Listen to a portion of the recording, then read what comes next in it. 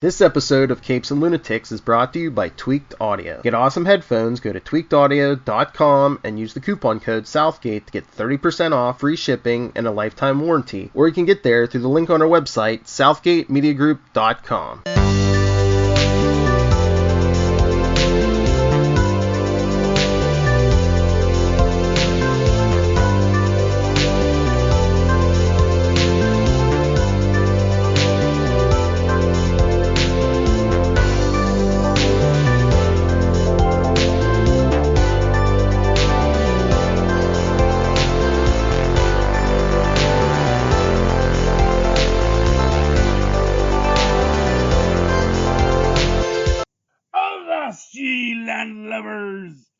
Welcome once again to Full Stream Ahead!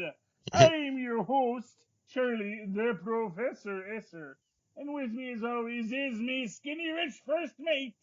It's Mozz. Hey Mozz, welcome aboard once again to Full Stream Ahead. Tonight's episode, Chapter 6 of The Mandalorian, The Prisoner. The Mandalorian joins a crew of mercenaries on a dangerous mission. Our director this week is Rick Famuyiwa.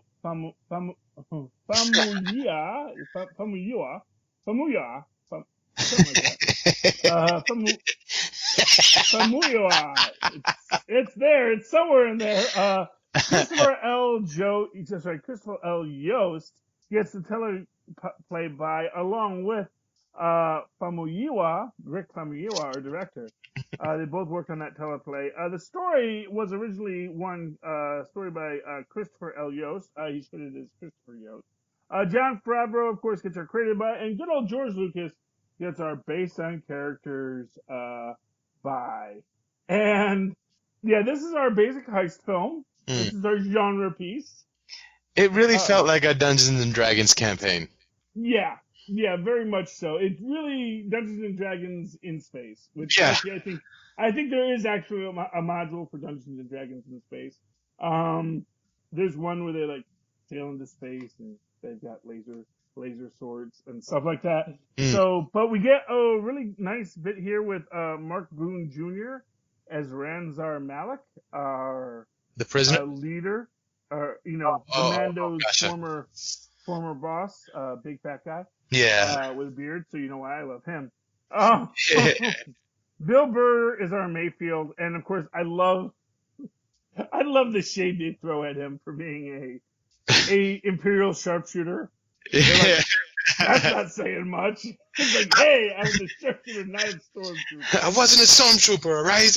I was like, wow, take it easy. Yeah, that is great. That's great. Richard Ayoade is Zero. Richard from the IT Crowd, for those of you who are a fan of that old Britcom. And he's had a lot of other great bits too. He was in what was it called? I think it was called The Watch, like a neighborhood watch who winds up facing off against an alien invasion. Oh, I remember that. Yeah. Yeah. Clancy Brown is Berg, and Natalia Tina is Zion, which I like there. Ismael Cruz Cordova is Kin, and Matt Lanter is Devon. I believe Matt Lanter is our rebellion human that we meet, if I'm not mistaken. I believe that's Devon, but I could be mistaken as who's Kin and who's Devon. Now, the guy playing the big red guy. Yes, that is the guy Clancy from Punisher, Brown. right? I'm sorry, what? That's the general from Punisher, is it not? Clancy Brown? Let me click on him real quick. Let's see. He was apparently in Shawshank Redemption. Huh. I don't know who he was there, but let's see here. He was in SpongeBob the movie. SpongeBob the one. He was on Waldo, License and Registration, God of Reincarnation, SpongeBob SquarePants movies, Emergence, Tangled, the series. There's a lot of voice work. Promising Young Woman, The Mandalorian, The Crown, Lady and the Tramp, The Spooky Tale of Captain Underpants, Robot Chicken, Mortuary Collection, Nico, Sort of Life, Epic Tales of Captain Underpants, Billions, School, guys everywhere. Oh, he's on Miles Murphy's Law. He's Mr. Blunt and Javier. He's been on the Goldbergs. He's Mr. Crosby. What's his name? His name is Clancy Brown. Clancy. And Major Schoonover. He was Major Schoonover. he was, yeah. He's Avengers Disciple. Yeah, yeah. He's Avengers. I haven't seen this here, but yeah, I'll take your word for it. Yep. Yeah, I just looked it up. He was. There you go. There, Major Schoonover, the Punisher TV series. Yep. There we go. So this guy has got a resume as long as his arm. Yeah. And he's fun in this too. Yeah. I really like yeah. And this is what really took it over the top and really made it like a Dungeons and Dragons campaign, because you always have that one character that's just like, like I'm a half-elf dwarf and, half demon wizard or whatever, Yeah. Everybody's normal, and then you got this one guy who clearly stepped out of hell. Yeah, well, he's the tank. He's the tank. Yeah. I mean, our female character's got the long head things too. Yeah, no, but that seems spacey. This seems out of like completely other book, Well, if you see the first one, the original New Hope, that race is well represented. Oh, really? Oh, okay. Oh yeah. You get a flash on the demon people. Wow. In original Mozz Eisley's Cantina, yeah. Ah. There's a lot of characters that just get that one flash that people loved. Because, the original one was all about practical effects. So they really designed a bunch of great aliens to be in that bar. And so you get Hammerhead, you get Walrus Man, you get Snaggletooth, and you get freaking Devil Guy. I don't know if he ever had a character, but that race has been represented in a lot of Star Wars canon since then. And apparently they all have super freaking strength, which is why they're tanks. And, it's neat because, you do see the Mandalorian getting back with his old crew, although it's not his crew except for Ranzar and Zayan. Zayan apparently, and it's interesting because it's like, did Zayan and the Mandalorian have something, or is she just kind of playing him because she knows it makes him uncomfortable? Which is an interesting question, that because obviously he's not going to make any statements about it, and she can kind of play with this and know it makes him uncomfortable because because obviously when she implies that things, everyone thinks he did something, and he's not going to sit there and go, no, we didn't do that. 'Cause he knows that's just going to make matters worse. Right. And he's just trying to ignore it as everybody is really piling on him. And of course, they do find Baby Yoda. And of course, Mayfield say, well, did you two make that? It's like, and of course, we get our nice call out to the Gungans on this. What are the Gungans? Oh, the Gungan, Jar Jar Binks. Because he says, "Oh, are you a Gungan under there? Is that why you don't want to take your? That way you said no want to take off a mask?" Yeah, that was a little. Yeah, but it's a great dungeon crawl, like you say. Yeah. I mean, they technically had to build the whole bottle, but it is a bottle episode where most of it's taking place on this ship. Yeah. And you get to see the Mandalorian really show his mettle, which I love in this, Yeah, and because when he first gets there and he's talking to the leader of that gang, you immediately get the sense that, you're about to get double-crossed. And it's like he walks into it completely, like either he's completely oblivious to the situation, or he's so unbelievably comfortable that he'll let it happen because no one's going to hold a Mandalorian. Well, and so it wasn't even an issue. He's like, I'll get out of here in 2 seconds and then I'll, finish the rest of the plan. Well, I mean, and I do think that that's a lot of it. I think it's like it's one of these things. It's like he can feel that there's this tension, but he's gonna give them the benefit of a doubt because we know there's always this tension on these jobs that people don't like working with Mandalorians because Mandalorians are good at it, Yeah. and they make everyone else feel maybe a little bit inadequate when you have to work with a Mandalorian. Because even Ranzar is saying, having a Mandalorian or a crew that really helped our cred, Again, a callback to that last episode where it's like, You know, you work with a Mandalorian, everyone's like, yeah, you work with the Mandalorian, man. That is awesome. And Yeah. in this case, it's just it's cool with it going, and they do work as a team. You get to see everyone like doing their part towards this end. Um, and of course, Mandalorian doesn't want Zero to fly the Razor Crest. But of course, as you said, trust me, I'm a better pilot than you. And as it turns out, he is. But unfortunately, he's not concerned about how organics feel when he has to do a 90-degree turn. Yeah. Nope. That's not my concern. You should have been seated. But they do land on the ship, and they do access the ship. So convenient that so many ships in this universe have like these very easy to access ports from space. Yeah. With no external locking mechanisms. There wasn't even like a vacuum chamber as like a transitional space, you know?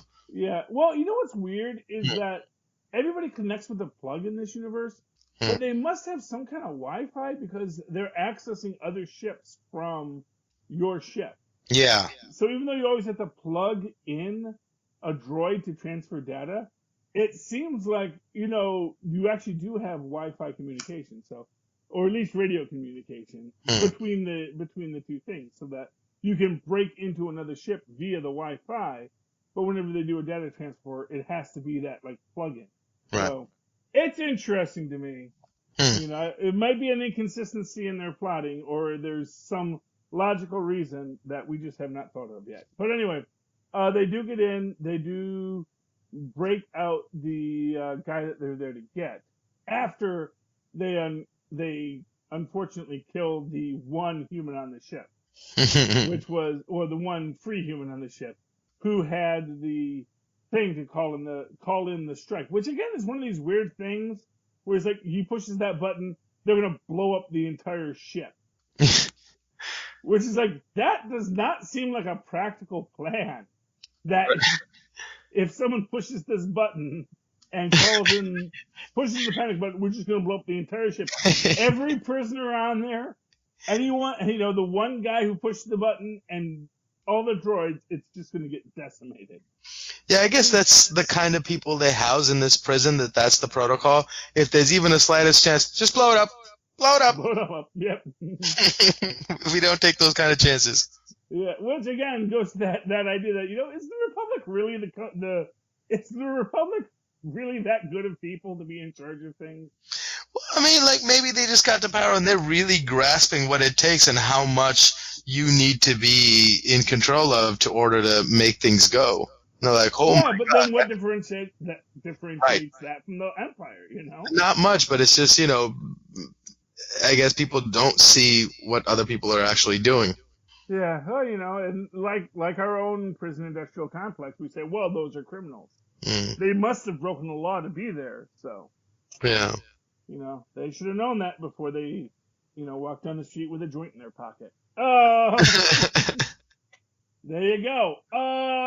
But they do double cross the Mandalorian. They throw him in the cell, which again is one of those things where it's like, was that really necessary? I think like that first moment where Mando's fighting those 3 robots or 4 robots, and he's having a devil of a time with them, and Bill Burr holds his cohorts back from going to help him. So like it made me think: does he hope he dies, or does he obviously wants to see what a Mandalorian can really do? Yeah. But I thought maybe it's like, oh, if he dies, then that'll take care of the problem. You don't have to do it, And then when they get him in the cell, they're like, we'll just toss him in the cell. It's as good as dead, Our job is accomplished. Yeah, well, I mean, I guess so. What's odd is that, that implies that it was always their plan to kill the Mandalorian. Right. It seems that way because the girl was putting it on really, really thick the whole time, trying to throw off the scent. And when they finally get her brother out, it seems like, oh, you left me there to die. And she was still upset about it. It's like, you deserve it, Yeah. As she's walking. So it seemed like that was It seems like there was that there was something that Mandalorian did that essentially soured them on him from the start, which made this a risky call in the first place. But I guess that shows how desperate he is, since he gave the whole bag of credits to the lady. You know? Again, this man needs an accountant. This man really needs a support staff. I really hope season 2 we get a support staff for this guy. He just needs a bookkeeper, just some guy that says like, look, let me help you with the money. You don't have to just give all the money to the mechanic. You can establish prices, work out a negotiated contract, you know. Yeah. And if they don't like it, we can sue, you know. I mean, that's sort of where we're at. But of course, the Mandalorian gets out because, you know, for what it's worth, they still want to use droids for everything, but they're not that good at their jobs, especially in these battle situations. You know, the battle droids were never that good at fighting, and the guard droids don't seem to be that good at guarding because he pretty much quickly dispatches the guard droid, and fortunately, it has the little interlocking key, which can be manipulated from the arm bone to get the Mandalorian out. So, just poor planning on everyone's part, I think. Anyway, he gets out, and then he basically goes through to get out himself. And I'm trying to remember like what his plan is, except from just beating up everybody. Although I like the scene where he like the red guy. Yeah. No. The Mandalorian once he gets out, because he does come after everybody, and he does get his revenge on them. Which honestly, from his perspective, I don't know why he doesn't just go to the Razor Crest and just leave. You know, except that he has to fight Zero there. But I don't think Zero would have put up too much fight either. Yeah. But or I guess maybe he feels he still has to get the query because that's the job. Right. I think he has to deal with the job. That's what I think it is most. I mean, he got his revenge on them. And I think it's even sweet to them, but everybody outside thinks he did, so no one's going to come for them. I think that's great. Yes. And hopefully he was smart enough to take off their weapons before he throws them in the lockup. Right. I mean, theoretically, when they get to wherever that transport's going to, someone will notice on the manifest that these 3 people aren't supposed to be here, and the guy in the pilot's actually dead. So there may be more to that story next season, but we'll see what happens there. But and again, with the brother just selling out his sister so fast, that's like. And again, this is the point where the Mandalorian is like, look, I have a code of honor, and you know, you're right. My job is to get you where you're supposed to go. I think actually up until that point, the Mandalorian was going to throw him back into jail too. But then he doesn't get paid. Yeah, he doesn't get paid.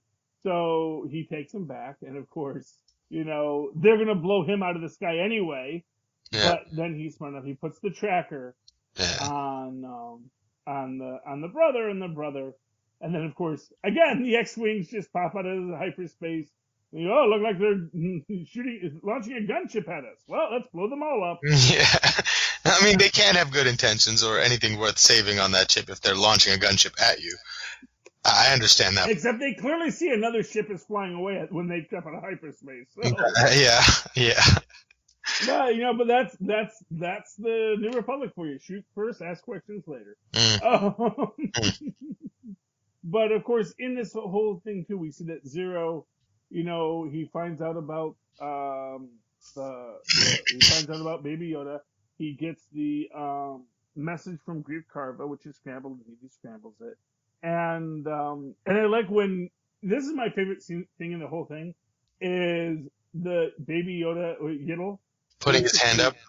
Well, no, not that. That's cool too, but basically, playing cat and mouse with him. You know, and like, you know, basically appearing and then disappearing just to lure Zero out. It's like, I really feel that Yiddle is becoming a Mandalorian.